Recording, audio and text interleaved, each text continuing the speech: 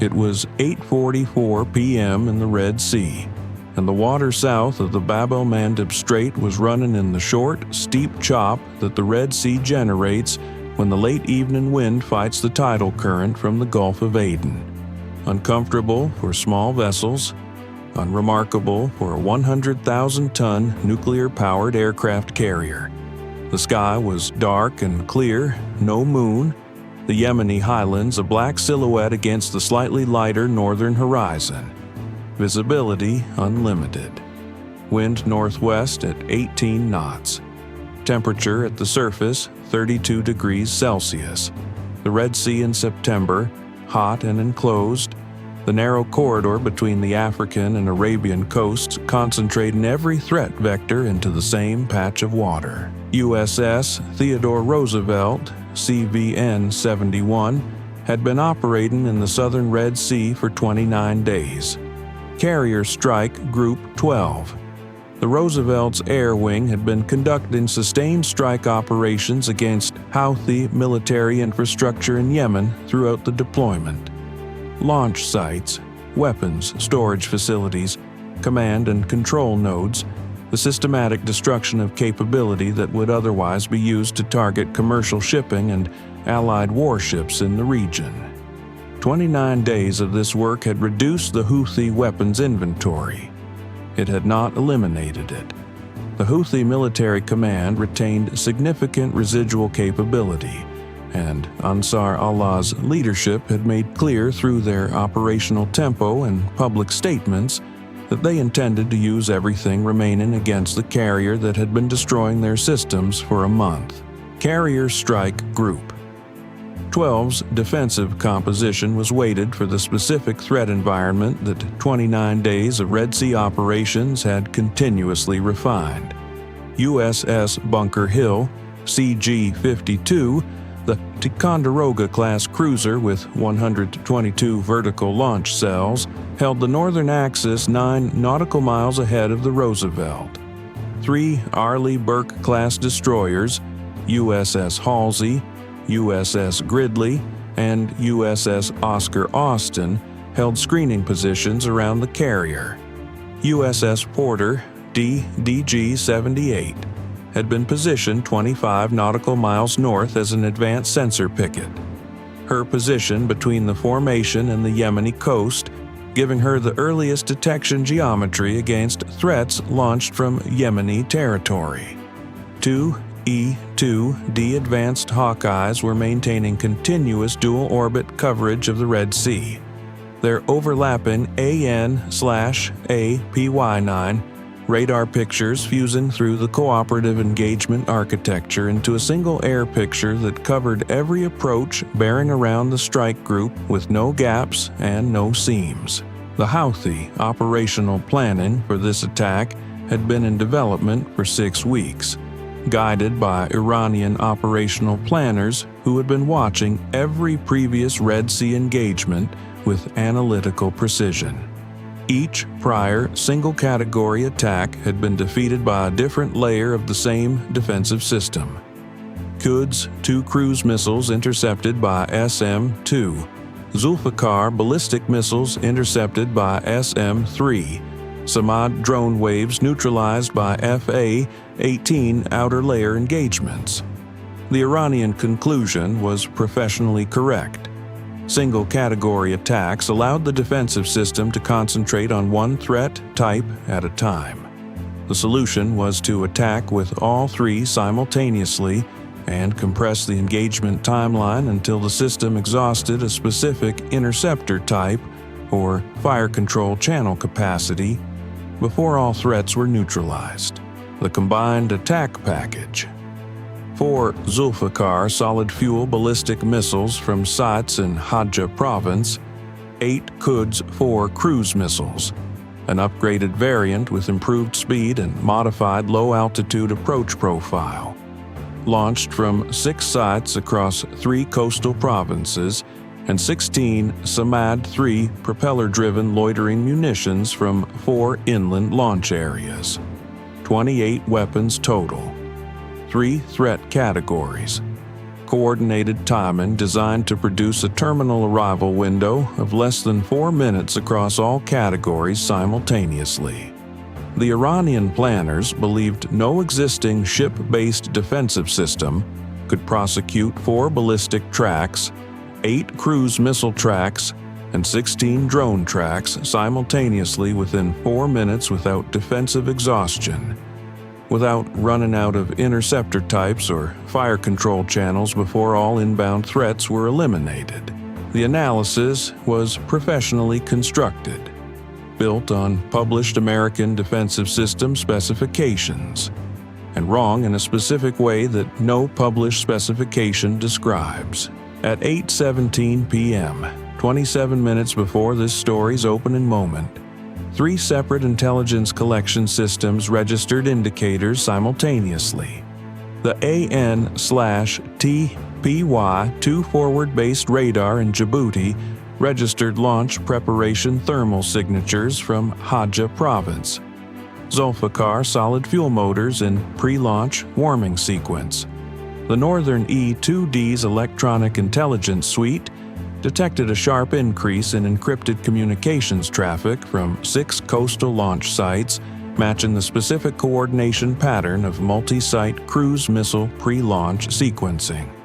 A signals intelligence asset logged the authentication codes that Houthi doctrine uses to execute a coordinated multi-platform strike. 3 separate streams, all at 8:17 p.m., all pointing to one conclusion: imminent coordinated combined arms attack. Not a probe, not a single category harassment, a full employment of remaining offensive capability. The Roosevelt's strike group went to full battle stations at 8:19 p.m. Every Aegis radar at maximum sensitivity. Every VLS cell status confirmed. 4 FA-18F Super Hornets from VFA-11, the Red Rippers, were airborne from the Roosevelt's flight deck at 8:22 p.m., armed with AIM-120, DAMR AAMS, and AIM-9X sidewinders at 20,000 feet, orbiting above the formation where the E-2D's picture would vector them precisely when engagement geometry required. The EA-18G Growler from VAQ-139, the Cougars, launched at 8:24 p.m. and climbed to 24,000 feet on an orbit northwest of the formation. The AN/ALQ-249. Next generation jammer pods in passive collection mode. Not jamming yet, listening, building the comprehensive electronic order of battle on every Houthi emitter active in the pre-launch cycle. Every frequency, every waveform, every pulse pattern recorded before a single offensive system activated. The Houthi attack commenced at 8:39 p.m., 20 minutes after the Roosevelt's battle station's evolution began. The 4 Zulfiqar ballistic missiles launched first at 8:39 p.m. from 2 separate sites in Houthi province in a near-simultaneous sequence spanning 14 seconds. The AN/TPY-2 in Djibouti acquired the first launch event within 3 seconds of solid fuel motor ignition, X-band sensitivity against ballistic launch signatures, providing detection that no ship-based radar at 340 nautical miles could replicate. All 4 Zulfiqar tracks were in the cooperative engagement picture and in USS Bunker Hill's Aegis combat system within 11 seconds of the first launch. The boost phase data gave the system the trajectory precision required for SM-3, Block IIA intercept geometry. The predicted re-entry corridor computed while the missiles were still climbing through their boost phase, well before they reached apogee. 41 seconds after the Zulfiqar launch, the first Quds 4 cruise missiles launched from coastal sites. The E-2Ds AN/APY-9 acquired them as they cleared terrain and descended to cruise altitude. 250 kilometers per hour at sea skimming altitude. GPS-guided approach courses already programmed for the Roosevelt's known operating position.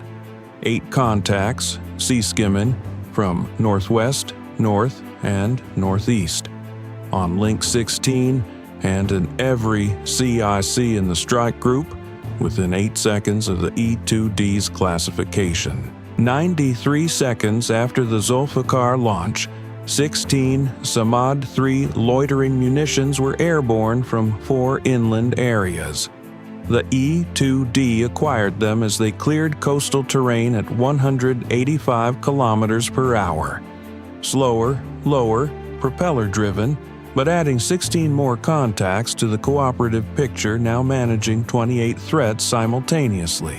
At 8:44 p.m., this story's opening moment, the Roosevelt's defensive picture contained 4 Zulfiqar ballistic missiles at 91 to 98 kilometers altitude in mid-course phase, 8 Quds 4 cruise missiles at sea, skimming altitude, 68 to 94 nautical miles out, from 3 bearings, 16 Samad-3 loitering munitions at low altitude, 85 to 107 nautical miles out, from 2 bearings, 28 threats, 3 categories, simultaneous.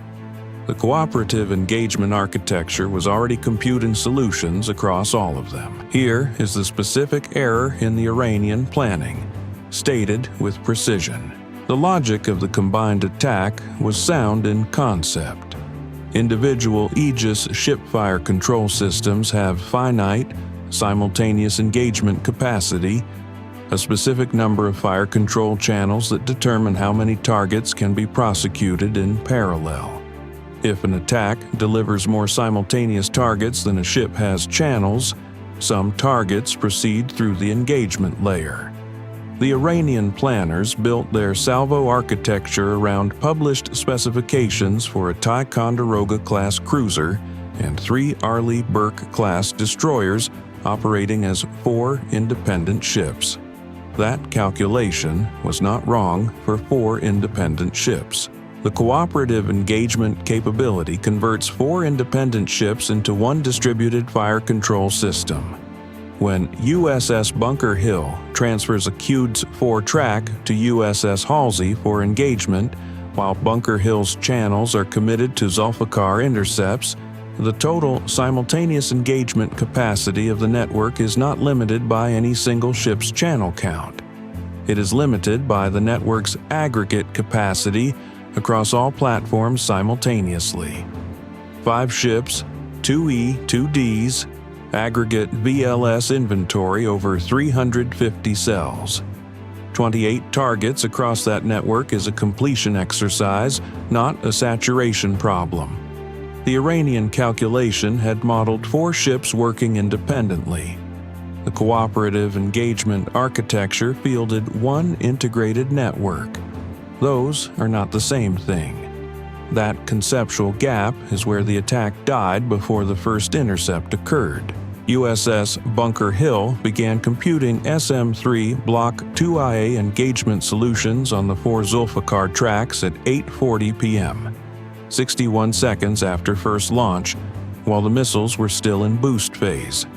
Bunker Hill's SM-3 Block IIA missiles left their VLS cells at 8:42 p.m., climbing toward the computed intercept corridors, their kill vehicles accelerating toward the velocities required for exo-atmospheric engagement. Simultaneously, not sequentially, USS Porter began SM-2. Block 3B engagements against the lead Quds. 4 cruise missiles from the northwest at 8:43 p.m. Porter's advanced position between the formation and the closest Quds. 4 bearing gave her favorable engagement geometry and range that put these contacts well within her SM-2's effective envelope against sea-skimming targets.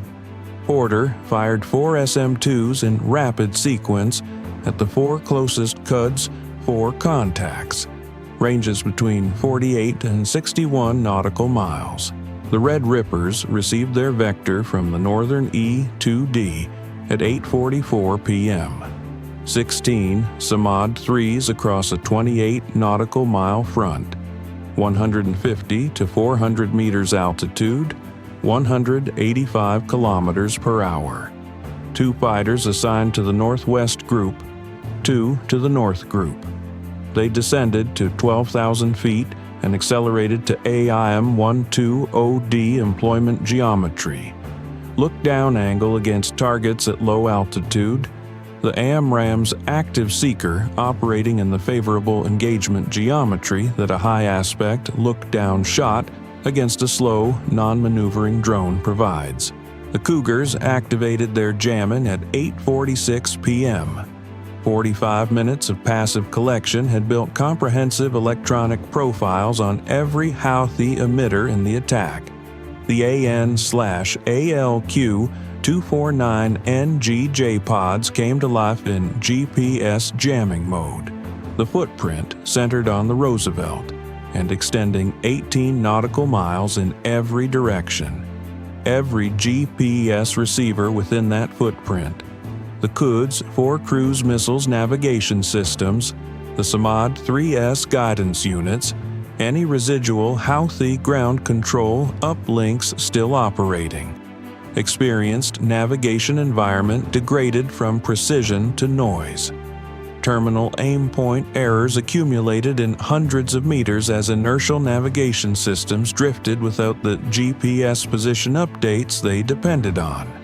The weapons continued to fly, but they flew toward where the GPS had last confirmed the carrier's position, the carrier maneuvering on its evasive course, the position growing less accurate with every passing second.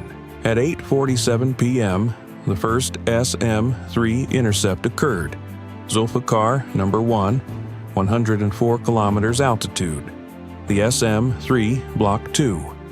A kill vehicle guided by the Cooperative track fusing the TPY-2's continuous observation with Bunker Hill's SPY-1B, a combined fire control solution that neither sensor could achieve independently, found the Zulfiqar re-entry vehicle at 2.8 kilometers range and closed to direct impact at combined velocity above Mach 18. Second intercept, 8:47 p.m. and 34 seconds. Zulfiqar 2, 97 kilometers altitude. Third at 8:48 p.m., 88 kilometers. The fourth Zulfiqar required USS Houthis backup, SM-3. Queued before the first intercept result was confirmed, because in a combined arms engagement the luxury of waiting for confirmation before committing backup weapons does not exist. Zulfiqar 4 intercepted at 8:49 p.m., 79 kilometers altitude. 4 Zulfiqar missiles. 4 SM-3 intercepts. All 4 above the atmosphere. Not one re-entry vehicle descended below 79 kilometers. USS Porter's SM, 2 engagements against the Northwest Quds. 4 group confirmed kills at 8:48 p.m. First 2 intercepted at 53 and 47 nautical miles. Second 2 at 44 and 41. 4 Quds 4s from the Northwest neutralized. The remaining 4 North and Northeast bearing groups were engaged by Bunker Hill, Halsey, and Gridley in coordinated fire with cooperative target assignment that prevented duplicate engagements while leaving no target unaddressed. 4 more Quds, 4 intercepts between 8:49 p.m. and 8:53 p.m. at ranges between 23 and 44 nautical miles. 8 Quds, 4 cruise missiles. 8 destroyed before any reached the inner defensive layer. The GPS aim point displacement the Cougars had been accumulating in the navigation systems of all 8, displacing their computed target positions by 260 to 490 meters from the Roosevelt's actual location. Never needed to matter in those engagements, but it was there, contributing invisible margin throughout. The Red Ripper's AIM-12-0D engagements against the Samad 3 formations began at 8:49 p.m. At 12,000 feet with look-down geometry against targets at 150 to 400 meters altitude, the fire control mathematics were favorable. Strong radar contrast between the Samad 3's body and the sea surface, targets moving 200 knots slower than the AMRAAM's design point, energy margin more than sufficient for every intercept across the engagement range band. The Red Rippers worked through the Samad 3 formations in the sequence the Cooperative picture had assigned, each AMRAAM expenditure against a continuously tracked, classified contact. 11 Samad 3S neutralized between 8:49 p.m. and 8:58 p.m. The remaining 5 Samad 3s, survivors of both groups who had maintained their approach while the AMRAAM engagements worked through the formation, entered the surface engagement layer at 8:58 p.m. inside 18 nautical miles of the Roosevelt. USS Bunker Hill and USS Oscar Austin engaged 3 at 16 to 12 nautical miles with SM-2 Block 3B, the engagement geometry against the slow, low-altitude drone targets clean and high confidence.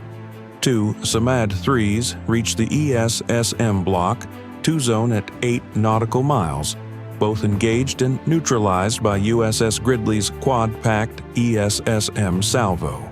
The ESSM Block 2's active seeker, requiring no illumination from the launch ship, tracked and intercepted both contacts on independent guidance. At 9:03 p.m., the last Samad 3 was neutralized by ESSM Block 2 at 6.2 nautical miles from the Roosevelt's hull. Engagement summary: 4 Zulfiqar ballistic missiles, 4 SM-3 Block 2A intercepts above the atmosphere, 8 Quds 4 cruise missiles, 8 SM-2 Block 3B intercepts at 23 to 61 nautical miles, 16 Samad 3 loitering munitions, 11 AIM-120D in the outer layer, 3 SM-2 in the middle layer, 2 ESSM Block 2 in the inner layer, 28 weapons, 0 impacts on any vessel in Carrier Strike Group 12. The Roosevelt was untouched. The most sophisticated combined arms attack Houthi operational planning had ever attempted had instead produced the most comprehensive live operational test of the cooperative engagement architecture's multi-threat simultaneous handling capacity that had ever been conducted. The Roosevelt's commanding officer reviewed the engagement summary at 9:15 p.m. VLS expenditure within operational reserve parameters. No casualties. No damage. He authorized the evening strike package to resume at 9:30 p.m., 71 minutes after battle stations had been called. The Roosevelt's crew returning to flight operations with the practiced efficiency of professionals who had spent 29 days doing exactly this. In Sana'a, the Houthi military spokesman announced significant damage to the carrier and its escorts. No imagery. No damage assessment. No evidence of any kind, because the Roosevelt was operational, her flight deck active, her aircraft launching on schedule for the Yemeni highlands, where the infrastructure that had supported the evening's attack was now the night's target list. The 6 weeks of Iranian operational planning had produced 28 weapons in the water and a detailed American intelligence record of the Quds 4's upgraded performance parameters. The Zulfiqars' boost phase thermal signature under operational conditions, and the Samad 3's GPS navigation characteristics at combat launch parameters. Everything the Iranian planners had hoped to use to defeat the Roosevelt had instead funded the defensive system's next iteration. 28 weapons, 3 categories, 6 weeks of planning, 0 results. The gap between what the Iranian planners calculated And what the Cooperative Engagement Network delivered was not a gap that more missiles could close.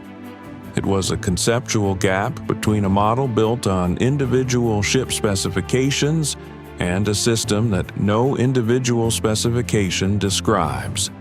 That gap is where the Red Sea stays open. It is the gap that keeps the Roosevelt flying, the alliance intact, and the shipping lanes accessible to every vessel that has the right to use them. Bye for now.